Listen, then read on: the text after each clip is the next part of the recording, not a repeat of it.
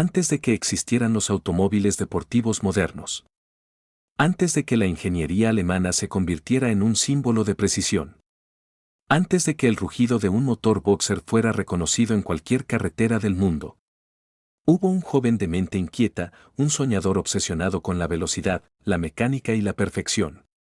Un hombre que, desde un pequeño taller, cambiaría no solo la historia del automovilismo, sino también el concepto mismo de lo que significa libertad. Aunque hoy Porsche es sinónimo de lujo, de diseño impecable y de ingeniería impecable, su historia está marcada por guerras, decisiones polémicas, rupturas familiares y una visión que parecía imposible en su tiempo. Bienvenido a Marca Detrás, donde descubrimos los orígenes de las marcas que hicieron historia. Hoy te contaré la historia de Porsche. En los albores del siglo XX, cuando Europa aún vibraba con la emoción del progreso tecnológico y las calles eran dominadas por carruajes tirados por caballos, un joven llamado Ferdinand Porsche caminaba entre fábricas de metal y talleres de ingeniería con una obsesión que iba más allá de la comprensión de su época. No quería simplemente construir máquinas. Quería redefinir cómo el mundo se movía. Su infancia estuvo marcada por un fenómeno poco común. Mientras otros niños jugaban con madera o figuras improvisadas, Ferdinand desmontaba componentes eléctricos. A los 15 años ya había instalado energía eléctrica en la casa familiar, una hazaña que para su época rayaba en lo imposible. Pero el destino tenía algo más grande reservado. A los 18, Porsche se infiltró en la compañía de automóviles Jacob Lohner. Ahí, en un pequeño rincón del taller, comenzó a ensayar ideas casi heréticas, un vehículo sin transmisión tradicional, sin las ataduras mecánicas del motor convencional. Y fue así como creó lo que muchos consideran el primer automóvil híbrido de la historia, el Lohner Porsche, presentado en 1900. Un vehículo que combinaba motores eléctricos en las ruedas con una fuente extra de energía. Un invento adelantado por décadas. Pero la industria no estaba lista para él. Los altos costos, la falta de infraestructura, el escepticismo de los empresarios. Todo parecía decirle a Porsche, aún no es tu momento. Sin embargo, él no era un hombre que se rindiera con la misma facilidad con la que otros se maravillaban. Su peregrinar entre compañías, Austro-Daimler, Daimler-Benz y otras, lo fue transformando. Era un ingeniero brillante, sí, pero también uno con aspiraciones empresariales que lo colocaban en constante conflicto con los directivos. Quería crear, experimentar, soñar. Ellos, simplemente vender. La tensión fue tan grande que en 1929, Porsche dejó Daimler-Benz. Pero lejos de verlo como un fracaso, lo sintió como una liberación. Por primera vez, podía construir el mundo que tenía en mente. Faltaba muy poco para el nacimiento de algo legendario. En 1931, en un pequeño edificio alquilado en Stuttgart, Porsche abrió su propia oficina de ingeniería, Dr. Ingeniero HCF, Porsche GmbH. El nombre era más grande que las instalaciones, pero la ambición era infinitamente más grande que ambos. Con apenas unos cuantos empleados, Porsche comenzó a aceptar cualquier proyecto que cayera en su mesa: transmisiones, motores, consultoría automotriz, diseño de suspensiones. Nada era demasiado pequeño si le permitía seguir creando. Pero el proyecto que cambiaría para siempre su vida comenzó con una visita inesperada. A mediados de los años 30, el gobierno alemán buscaba crear un vehículo accesible para las masas, un auto del pueblo. Necesitaban un ingeniero que pudiera transformar ese deseo en una máquina real. Y Porsche, con sus ideas revolucionarias sobre simplicidad mecánica, eficiencia y bajo costo, era el candidato ideal. Fue entonces cuando nació el prototipo del Volkswagen Käfer. Aunque hoy se asocia con otro contexto, para Porsche fue el punto de inflexión que demostró que sus ideas podían llegar al mundo real. Pero debajo de la superficie se gestaba una turbulencia que el propio Porsche no podía controlar. Europa se acercaba al conflicto armado más grande de su historia. Y aquel sueño recién nacido estaba a punto de enfrentar su prueba más oscura. Cuando la Segunda Guerra Mundial estalló, todo lo que Porsche había construido empezó a retorcerse bajo el peso de las circunstancias. Su compañía, como tantas otras en Alemania, fue absorbida en la maquinaria estatal. Ya no diseñaba autos para la gente. Diseñaba vehículos para un conflicto global. Tanques, camiones, prototipos militares. Su empresa se convirtió en una fábrica para la guerra. Era un camino sin salida que marcaría para siempre su legado. Hacia el final del conflicto, la imagen del ingeniero admirado comenzó a deteriorarse. Las fuerzas aliadas, al inspeccionar su participación en proyectos militares, lo encarcelaron durante 22 meses sin proceso formal. Durante su ausencia, la compañía estaba al borde del colapso. Y fue ahí, en ese momento, cuando surgió el heredero silencioso que cambiaría el destino de la marca, Ferrari-Porsche, el hijo del fundador. El final de la guerra dejó a Alemania destruida. Fábricas quemadas, materiales escasos y una economía en ruinas. Pero en medio de ese panorama gris, Ferrari-Porsche tenía una sola convicción. Si quiero un coche que me encante conducir, tendré que construirlo yo mismo. Ese pensamiento, simple en apariencia, revolucionario en esencia, marcó el inicio de la transición de Porsche como consultora a fabricante. Ferry tomó un pequeño taller en Mund, Austria, donde su equipo trabajaba casi sin recursos. Muchas piezas se reutilizaban de los restos de autos militares. La carrocería se moldeaba a mano en aluminio reutilizado. Eran días de hambre, frío y trabajo artesanal extremo. Pero también eran días de pasión. En 1948 nació el primer automóvil con el nombre Porsche. El Porsche 356. Su diseño era humilde pero funcional, su espíritu, en cambio, era puro. Ligero, ágil, rápido por su sencillez más que por su potencia. Cuando Ferry manejó el prototipo por primera vez, supo que estaba ante algo que no solo funcionaba, sino que emocionaba. Lo que comenzó como un sueño improvisado dentro de un taller improvisado estaba a punto de conquistar al mundo.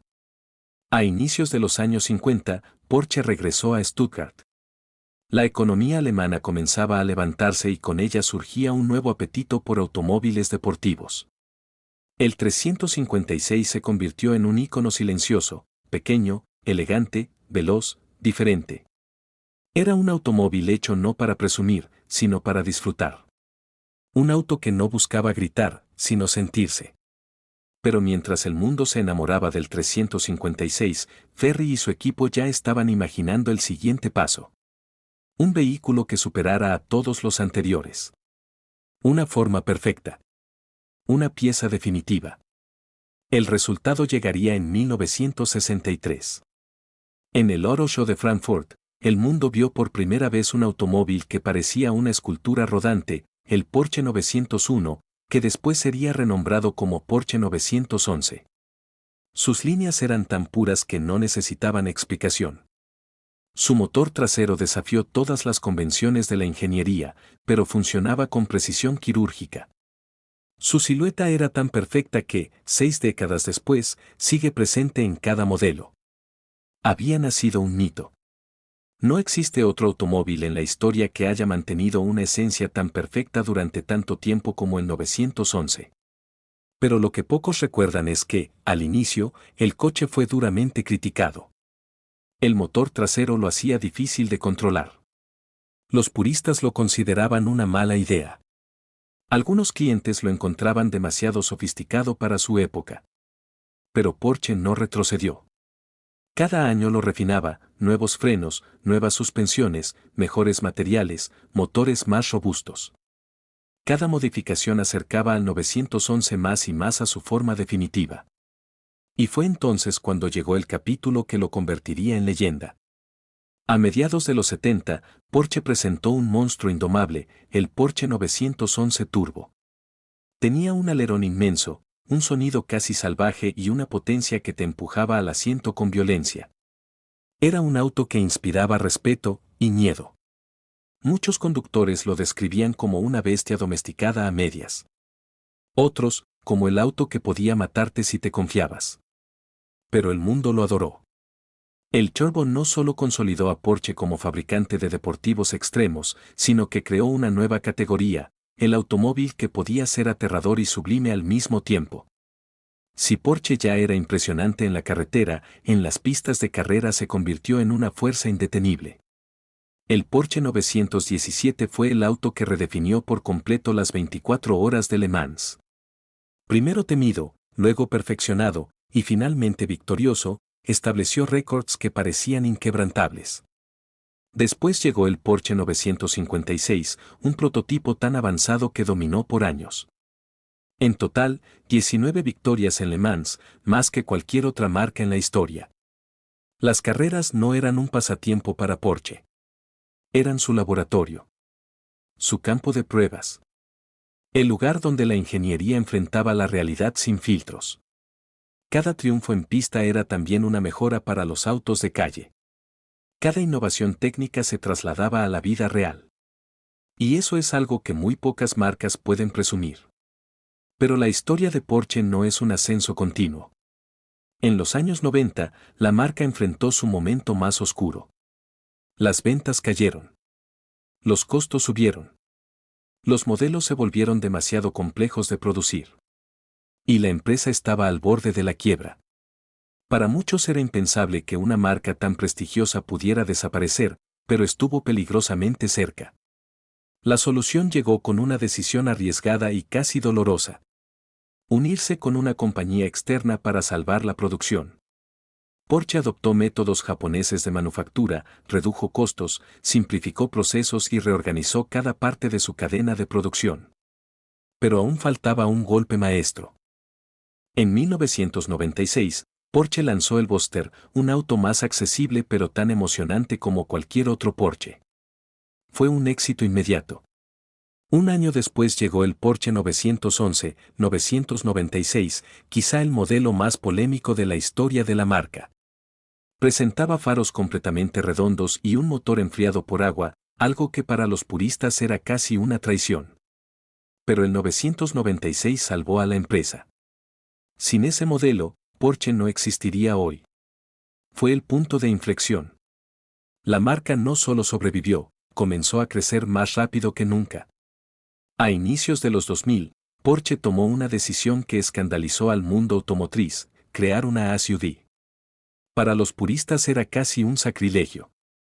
Un Porsche debe ser un deportivo, no un vehículo familiar. Pero el Cayenne fue un éxito estratosférico. Vendió más que cualquier deportivo, atrajo nuevos clientes y multiplicó los ingresos. Hoy es considerado uno de los movimientos estratégicos más inteligentes en toda la industria. Sin el Cayenne, Porsche no tendría los recursos que tiene para seguir produciendo autos deportivos legendarios. Con el lanzamiento del Porsche 918 Spider, la marca demostró que podía fusionar híbridos con potencia y emoción. Fue uno de los primeros hiperdeportivos del mundo en usar motores eléctricos no como un complemento, sino como una ventaja competitiva. Después llegó el Taycan, su primer auto completamente eléctrico, capaz de acelerar más rápido que muchos deportivos tradicionales. Porsche había entrado oficialmente a la nueva era, sin perder su esencia. A diferencia de muchas marcas que cambian según las tendencias, Porsche mantiene una filosofía inquebrantable. Construir autos con alma. Autos que emocionen. Autos que no solo se manejen, sino que se sientan. Esa es la razón por la que el 911 sigue existiendo. La razón por la que cada modelo tiene personalidad. La razón por la que la marca no se traiciona a sí misma. Porsche no vende vehículos.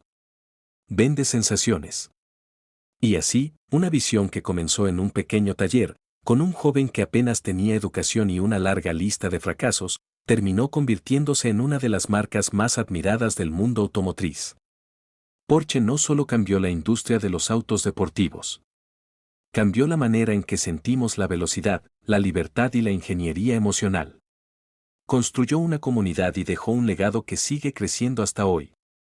Si te gustó esta historia y quieres descubrir los orígenes de más marcas que hicieron historia, no olvides suscribirte a Marca Detrás, dejar tu like y activar las notificaciones.